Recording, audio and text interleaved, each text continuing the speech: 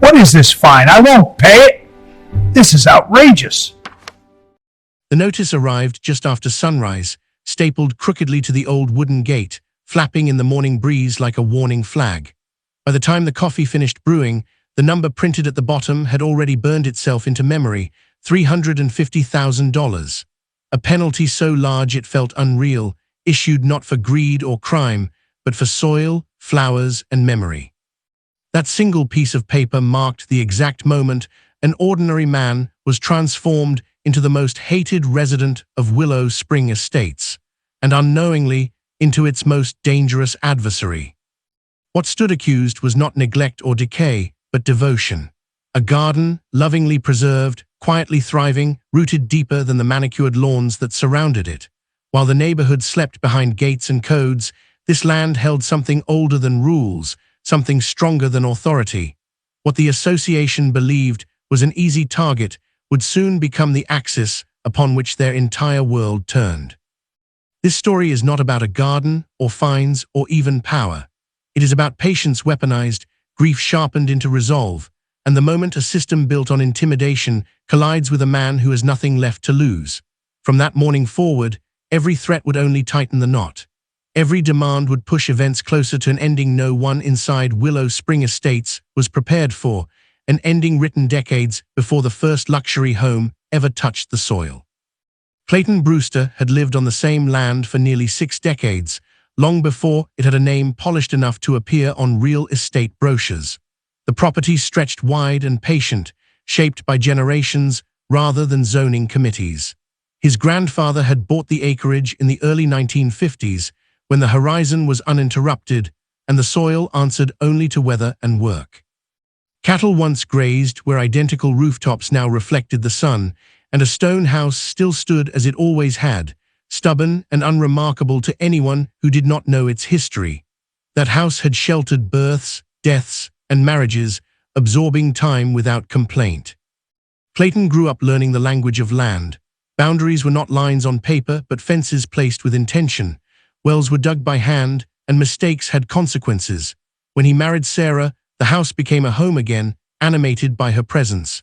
She saw beauty where others saw inconvenience, and she claimed a neglected patch of earth as her own. That space became her heirloom garden, not ornamental but alive with purpose. Tomatoes climbed, herbs spread, and neighborhood children learned that food did not begin on shelves. When illness came, the garden changed. It stopped being a hobby and became refuge. Even as cancer hollowed her strength, Sarah returned to the soil, kneeling among the plants as if the earth itself could hold her steady. Clayton watched helplessly, knowing he could not fight the disease, only witness her quiet courage.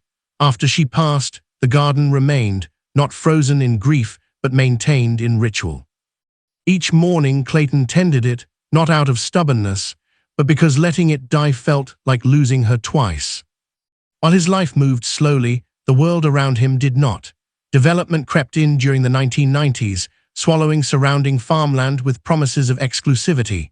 Willow Spring Estates rose quickly, uniform and enclosed, complete with an association designed to enforce sameness.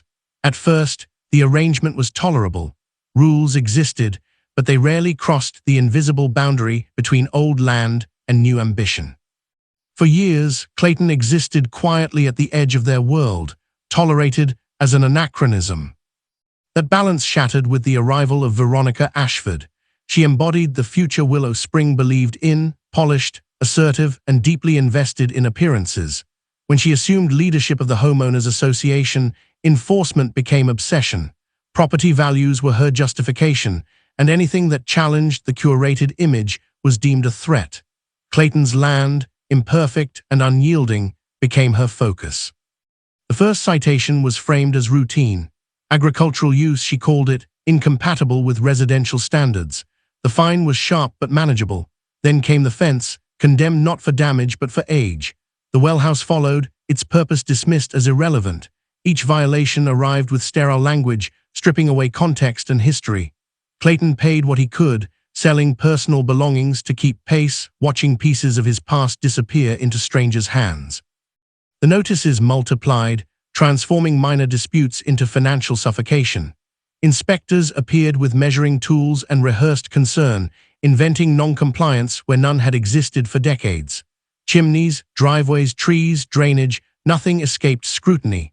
The total climbed relentlessly, numbers detached from reason, designed to break resistance rather than correct problems.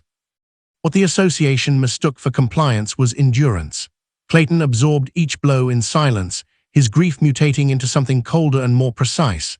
The land had taught him patience, and patience, he realized, could become a weapon. As the fines mounted and the threats escalated, he stopped reacting and started remembering.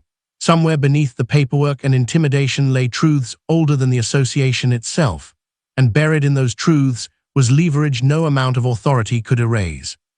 The turning point did not arrive with anger or confrontation, but with clarity. After one inspection too many, Clayton understood that survival required more than payment.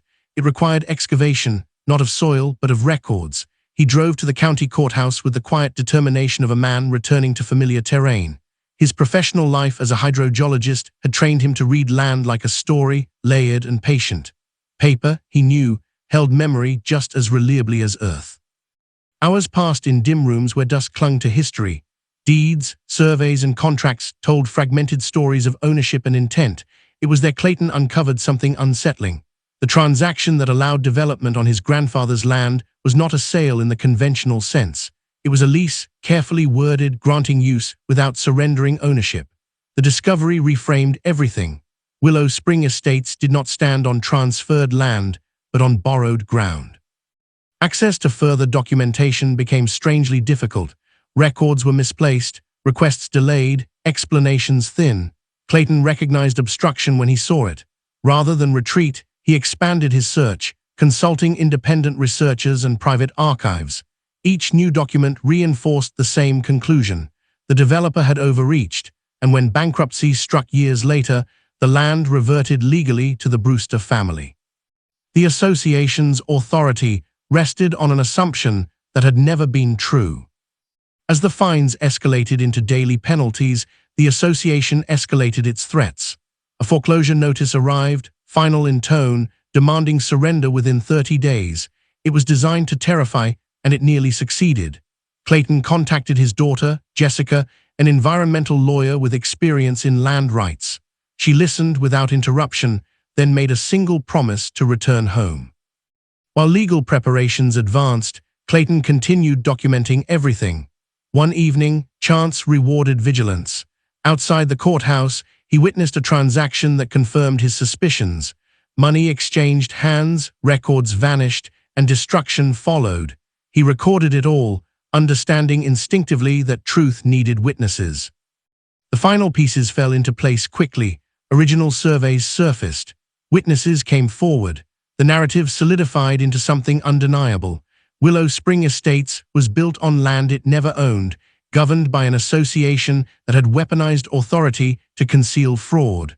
What began as harassment was now exposed as systemic abuse, orchestrated to maintain control.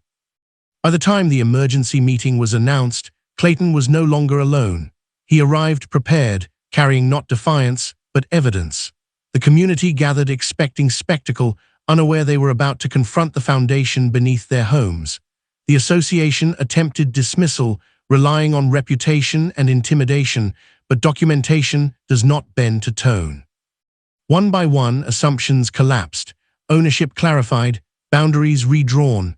The truth spread through the room with visible effect, unsettling certainty. Authority shifted, not through shouting, but through revelation. When investigators entered and arrests followed, the silence was absolute. The association's power evaporated instantly, replaced by accountability. Clayton did not celebrate, he explained. He offered options rooted in fairness rather than punishment. Purchase, lease, resolution. His intent was never destruction, but correction. Justice, he demonstrated, could exist without cruelty. The system that sought to erase him had instead exposed itself, and in doing so, returned control to those it had tried to dominate. The aftermath unfolded slowly, reshaping Willow Spring Estates in ways no one had anticipated. Legal proceedings moved forward with precision, dismantling the association's authority and redistributing responsibility where it belonged. The former leadership faced consequences that extended far beyond fines, their actions reclassified not as enforcement, but exploitation. What had once been a fortress of rules dissolved into a community forced to reassess its foundations. Clayton remained steady throughout, refusing to exploit victory. He worked with residents to establish fair agreements, prioritizing stability over retribution. Homes were secured through transparent ownership, leases standardized, and fear replaced with clarity. Property values, once the justification for abuse, improved naturally as trust returned. The land itself became a symbol. Sarah's garden, once targeted for erasure, transformed into a shared space. Families gathered there, children learned again, and the soil reclaimed its purpose. What had been a point of conflict evolved into a center of connection. The well house became an office, not for enforcement, but advocacy. Jessica established her practice there, ensuring others would not face similar battles alone. The community changed in tone as much as structure. Neighbors spoke openly, no longer filtered through committees and citations. Elena's research became part of public record, and Tom's surveys protected others from quiet dispossession. The past, once inconvenient, was integrated rather than buried. For Clayton, the victory was internal as much as external. Grief no longer defined his days. The garden remained, not as a monument to loss, but as evidence of continuity. He funded a scholarship in Sarah's name, extending her influence beyond the boundaries of the land she loved. Each harvest festival reaffirmed the lesson learned too late but never forgotten. Power, he realized, does not reside in authority or appearance. It lives in patience, in memory, and in the courage to confront systems that rely on silence. Willow Spring Estates learned that lesson through upheaval but emerged stronger for it. The man once labeled a problem became a steward. The land, long contested, found peace. And justice, when finally allowed to surface, proved capable of healing rather than destroying.